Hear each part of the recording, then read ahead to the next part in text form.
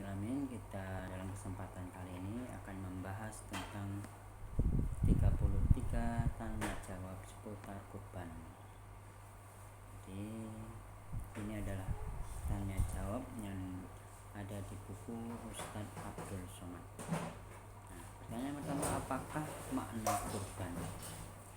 Dalam bahasa Arab, kurban dikenal dengan nama al-udhiyah. Maknanya al-udhiyah itu adha.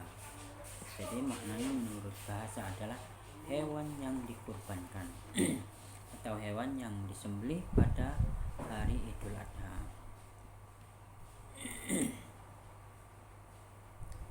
Sedangkan menurut ahli fikih, al-udhiyah adalah menyembelih hewan tertentu pada waktu tertentu dengan niat mendekatkan diri kepada Allah Subhanahu wa taala. Nah, di sini ada surat yang menjelaskan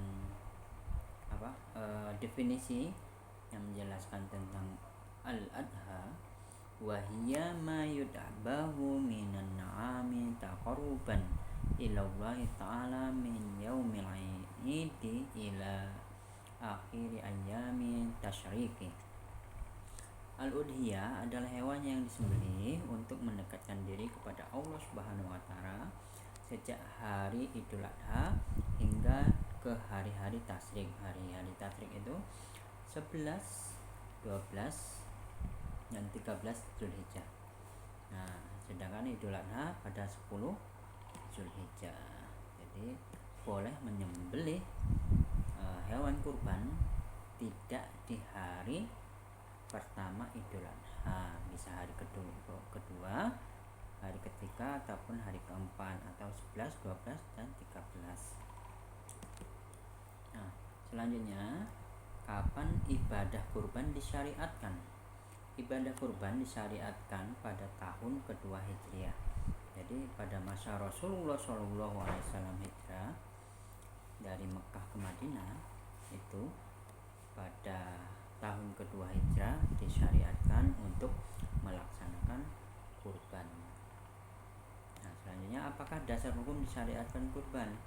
Nah, ibadah kurban diwajibkan berdasarkan Al-Quran dan hadis serta ijma. Jadi ada 3 yang melandasi hukum dari kurban.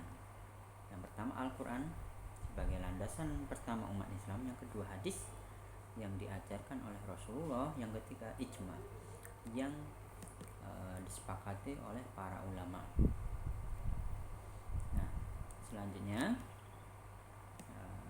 apakah dalil ibadah kurban dari Al-Quran?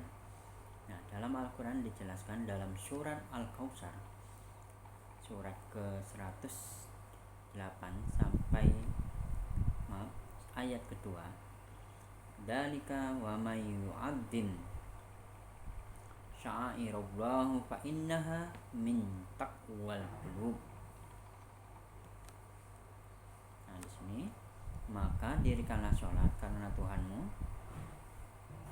dan berkurbanlah,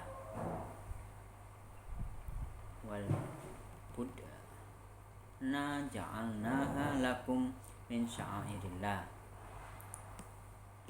dan telah kami jadikan untuk kamu unta-unta itu sebagai sebahagian dari syiar Allah. Al-Had ayat 36 surat ke-22. Nah, selanjutnya, apakah dalil yang berasal dari sunnah atau hadis Rasulullah?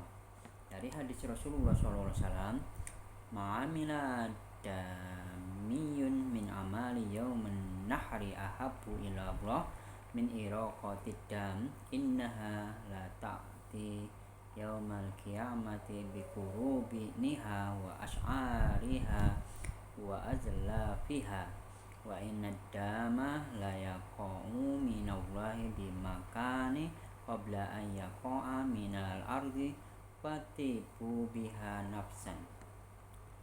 Artinya, tidaklah seorang manusia melakukan suatu amal pada hari nahar.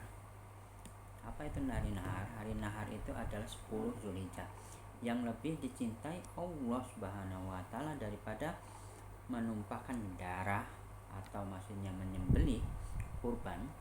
Sesungguhnya hewan kurban itu akan datang pada hari kiamat dengan tanduk, bulu dan kukunya. Nah, jadi orang yang berkurban itu akan mendapatkan pahala dari tanduk, bulu dan kuku dari hewan yang dikurbankan.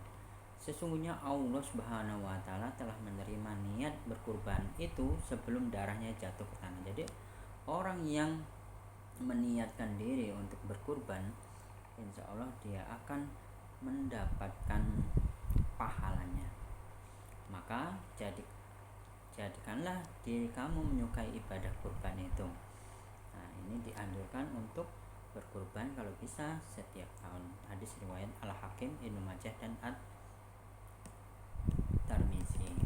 Dan hadis yang diriwayatkan Anas bin Malik, Doha Rasulullah SAW bi kabsyaini amlahaini akronaini qara'aituhu wadi'an qadamahu ala shifahiha yusammi wa yukabbiru fadzabahahuma biyadihi. Nah, sini dijelaskan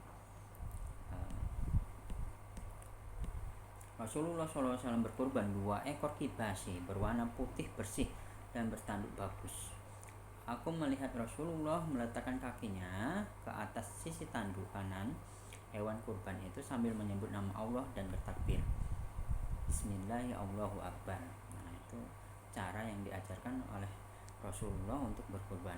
Rasulullah menyembelih kedua hewan kurban itu dengan tangannya sendiri. Hadis Al-Bukhari dan Muslim. Di samping itu, kaum muslimin telah ijma tentang disyariatkannya ibadah kurban ini. Hadis di atas menunjukkan, jadi hadis ini menunjukkan kurban adalah ibadah yang sangat dicintai Allah Subhanahu wa taala pada hari nahar atau hari 10 Zulhijjah. Allah Subhanahu wa taala menerima pahala kurban sebelum darah kurban itu yang disembelih menetes ke tanah. Jadi diterima pahalanya. Menunjukkan betapa cepatnya keridhaan Allah Subhanahu wa taala diberikan kepada orang-orang yang melaksanakan ibadah kurban. Nah, jadi itulah pahala yang diberikan, sangat cepat diberikan kepada orang yang melaksanakan kurban. Ibadah kurban itu merupakan sunnah Nabi Ibrahim, ya, sunnah yang diajarkan oleh Nabi Ibrahim, bagaimana diriwayatkan dalam Al-Quran oleh Allah Subhanahu wa taala, wa fadainahu bizibhin azim, dan kami tebus anak itu dengan seekor sembelihan yang besar. As-Saffat surat ke-37 ayat 107. Jadi Allah Subhanahu wa taala telah menggantikan seekor kambing kepada Nabi Ibrahim ketika ingin menyembelih Nabi Ismail sesuai yang diperintahkan oleh Allah Subhanahu wa taala. Mungkin ini saja dulu yang dapat kita bahas tentang kurban. Mungkin akan kita lanjutkan selanjutnya. Wabillahi taufiq wal hidayah. Wassalamualaikum warahmatullahi wabarakatuh.